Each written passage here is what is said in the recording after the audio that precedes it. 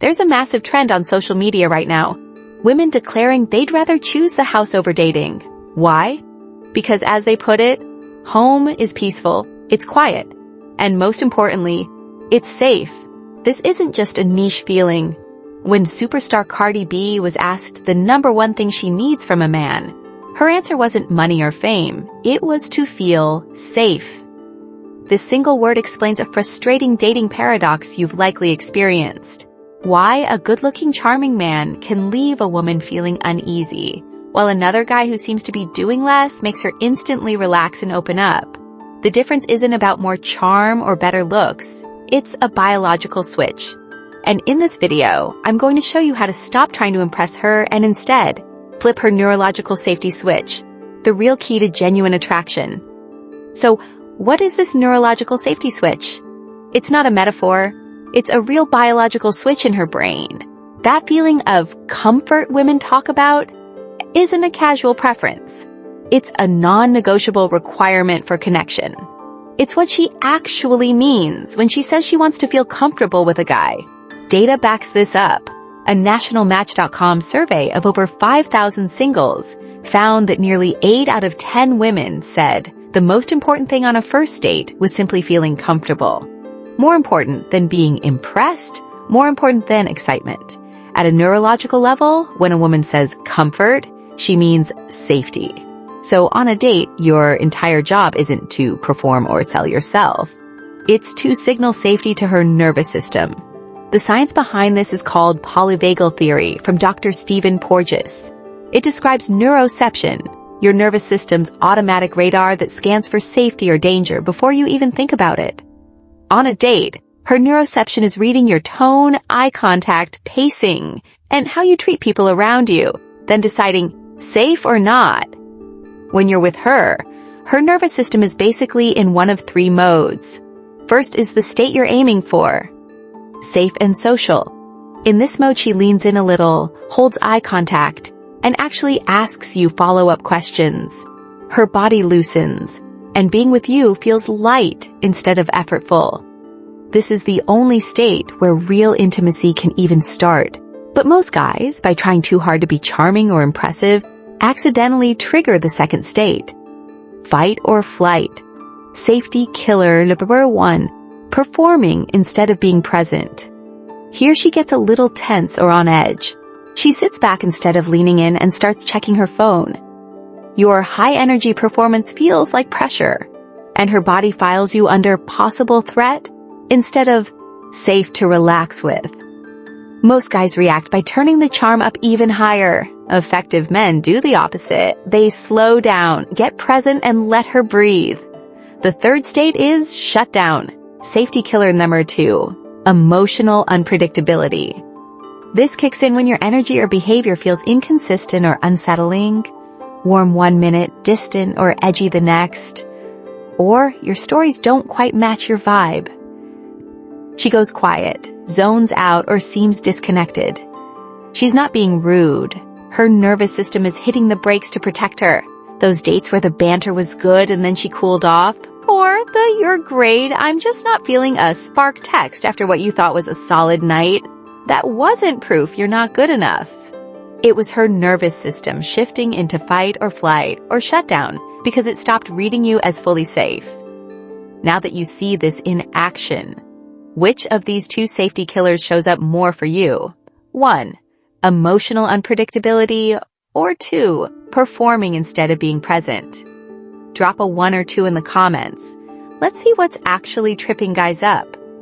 So the real question is, how do you reliably signal safety and keep her in that safe and social state on your dates? The answer is a system I call the anchor principle. It's a framework of 6 specific actionable behaviors that stop you from accidentally triggering her threat response. Used together, they turn you into a source of stability and genuine attraction. And we're going to break down the very first pillar right now. The first pillar of the anchor principle is emotional predictability. This is about being emotionally consistent. Her nervous system is constantly scanning you, trying to answer the question, is this person stable? The mistake most guys make is being a roller coaster of interest.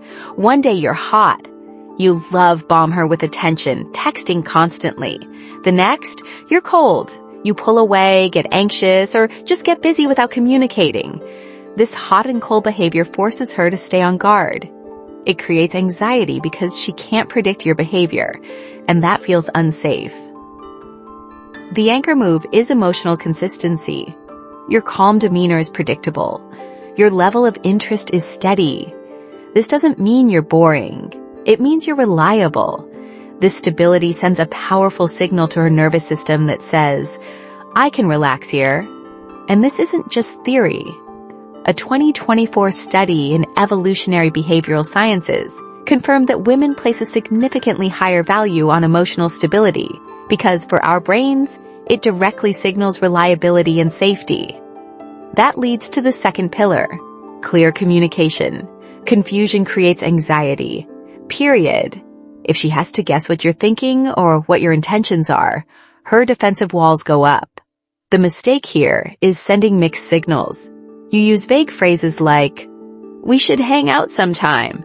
Your texts are ambiguous. You're trying to play it cool, but what you're actually doing is forcing her into the mentally exhausting role of a detective, trying to decipher your intentions. It's not intriguing. It's a burden.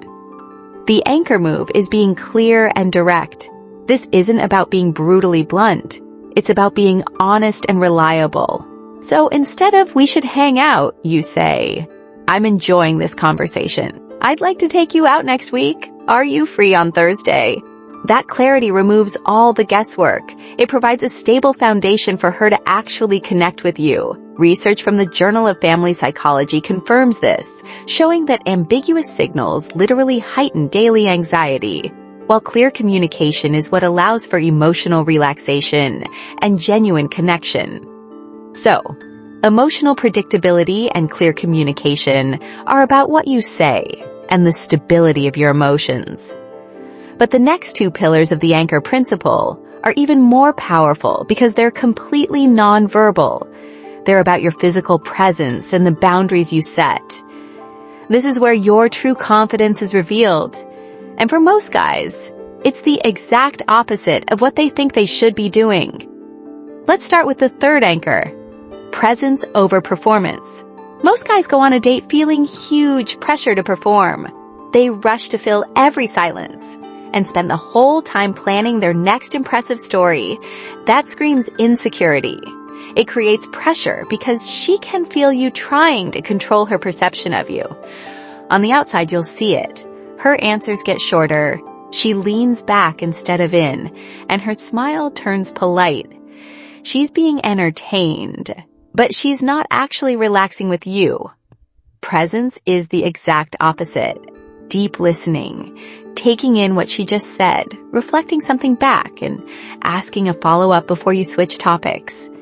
It's being so comfortable in your own skin that a moment of silence isn't a crisis. It's a space where you both get to feel each other, driven by genuine curiosity, not by angling for what you can get. As I always say, presence communicates confidence. Performance communicates insecurity.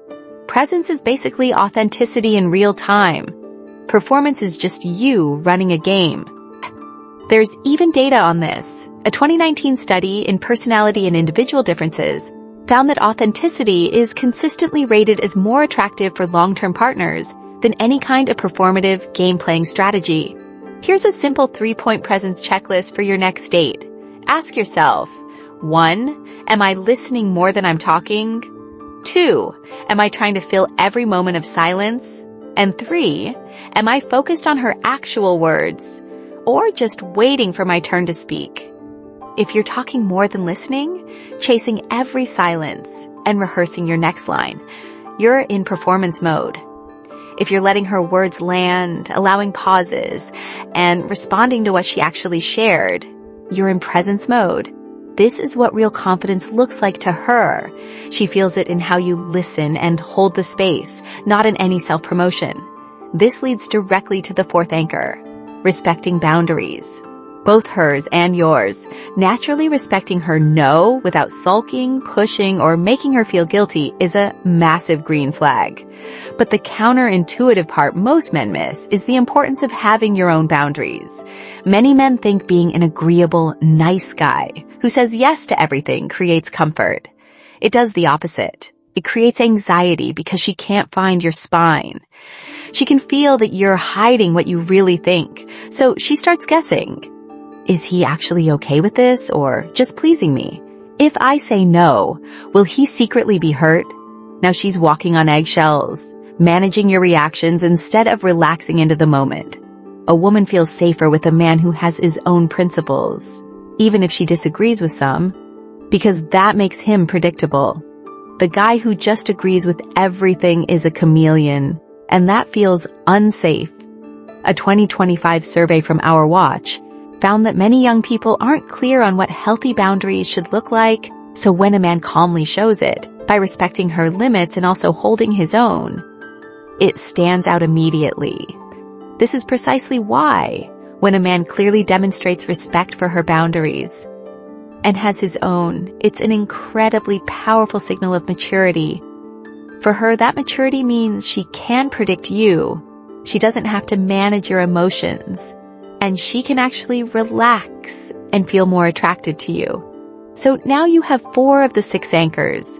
You can master all of these. You can be predictable, communicate clearly, be fully present, and have strong boundaries. But if you fail the final 2 anchors, all of that becomes worthless. These last 2 are the ultimate test. They're what separate men who are genuinely safe from men who are just performing as safety.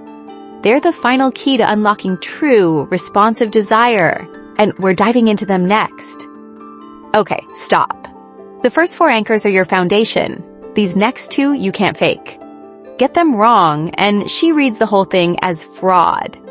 This is the final exam. Anchor, principle number 5. Emotional regulation under pressure is how you handle frustration when small things go wrong. Most guys honk, sigh, or snap. In her head it's, if he reacts like this to small stuff, what happens when big things go wrong? She's not judging you for feeling irritated. She's judging whether your emotions are in charge. Effective anchormen do the opposite. They pause before they react.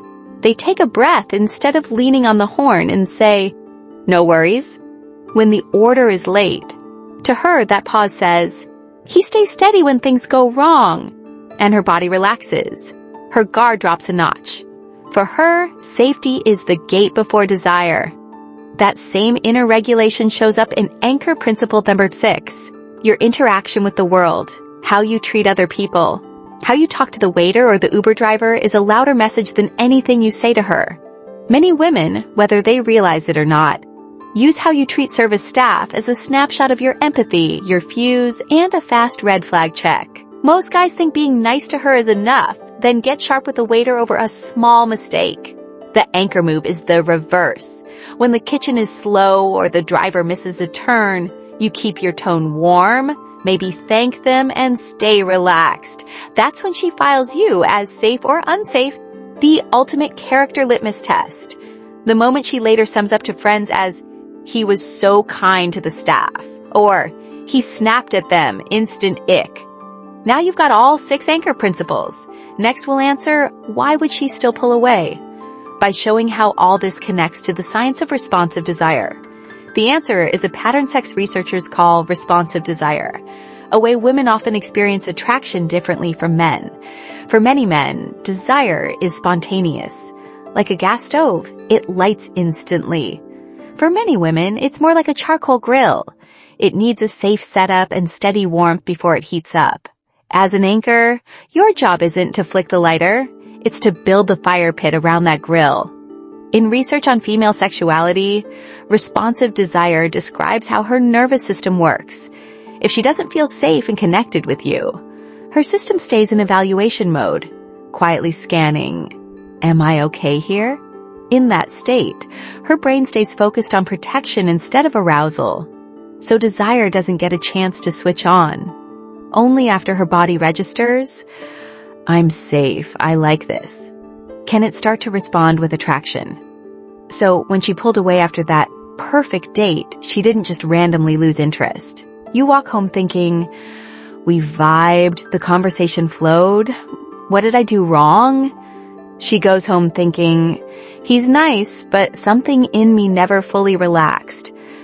And that's responsive desire that never turned on because the conditions weren't there. The real answer behind, it was a great date. Why did she pull away? You weren't rejected. Her system just never got the green light. When you show up as an anchor, you're not just being nice. You're building the safe fire pit her nervous system needs, so responsive desire can actually spark. On every date, you're choosing between two roles. The performer, chasing laughs and approval while her system stays on guard, or the anchor, steady and grounded, creating the kind of safety where chemistry can finally grow. That shift from performer to anchor is simple, but it is profound. It's the move from chasing her reaction to walking in with your own stability.